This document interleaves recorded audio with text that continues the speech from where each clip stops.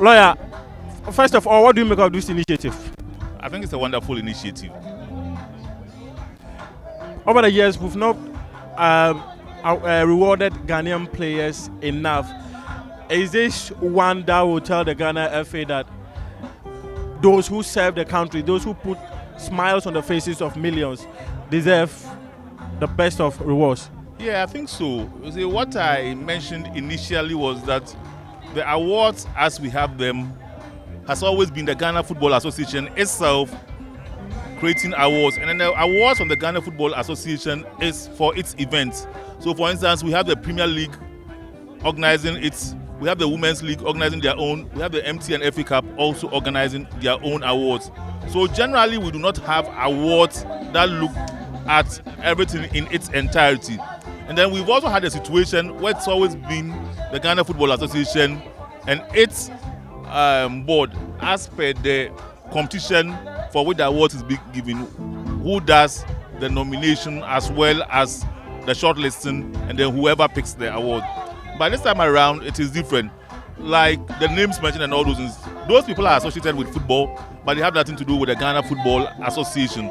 So it's like you are looking at the fans, you are looking at ex-players, and you are looking at the media. So I think that it will be a very wonderful opportunity for a different perspective to be given on the award ceremony in general.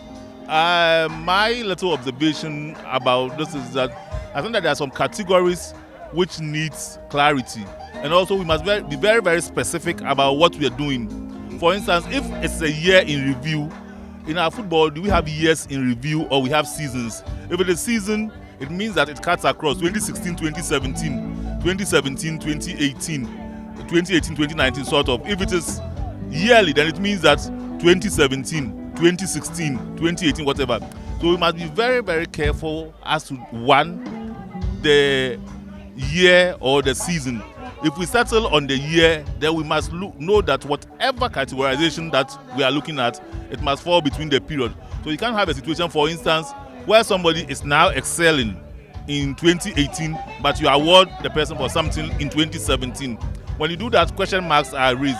Again, I think that the scope of the nomination should have been such that I do not know the original shortlist, the original names for which it was shortlisted to train. But I think that it is skewed towards one or two people with knowledge in women's football, and then the premiership.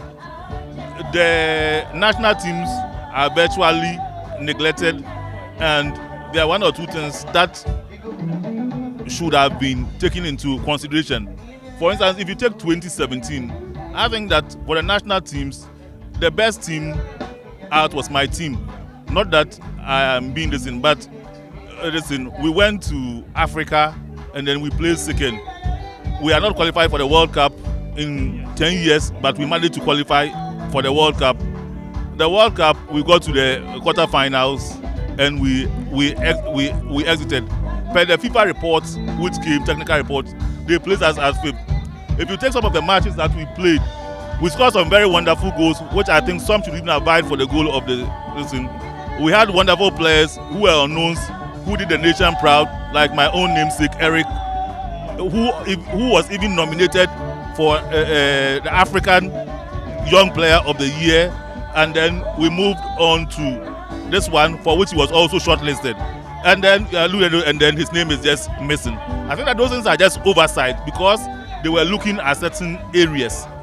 And so you need broader consultations of some of these. And then when you move to even like the goals of the season, I think that these are areas that you can ask people to bring their clips, or ask fans if they have clips or something, then you look through, as well as the ones that you have. Because believe you me, I've seen certain goals on YouTube which were scored by Ghanaians, for which some of these goals, like the goals which I just seen, do not come near it, and all these things. So when you do that, it's like where you have certain awards and the person brings his own work. So it will be for you to analyze and then scrutinize. So I think that these are the areas that the board is looking at. But by and large, I think it's a very, very laudable idea. The most important thing, like I mentioned earlier on, is that the award must be devoid of controversy. If it is devoid of controversy, its longevity is assured, because you can have season 2, you can have season 3 before you realize it's 10 years. But if it's controversy, believe you me, for the board members, some will not even wish to be there the next time. And incidentally, even though this award is partly coming from the media, one of those who will receive huge bashing, who will be dishing out the huge bashing, will be your own colleagues from the media. And the sort of things they say, whether you can be able to stomach it or not, that is another thing. So once you decide to enter into a scheme like this, you must be prepared for all and any eventuality. But if you know that whatever you are doing is devoid of discrimination, devoid of any controversy, you are giving out the best that you can. Believe you me, at the end of the day, people will hail you, and then you learn from the mistakes from season 1 and you take it into season 2. And season 2, you will make it bigger and then better. So at a certain point where now it is institutionalized. If you look at some of these awards coming up and you see how they started, you will be amazed. But they are still there. So I think that it's a very laudable thing. Let's find a means of sustaining it. Thank you very much, lawyer. I'm grateful.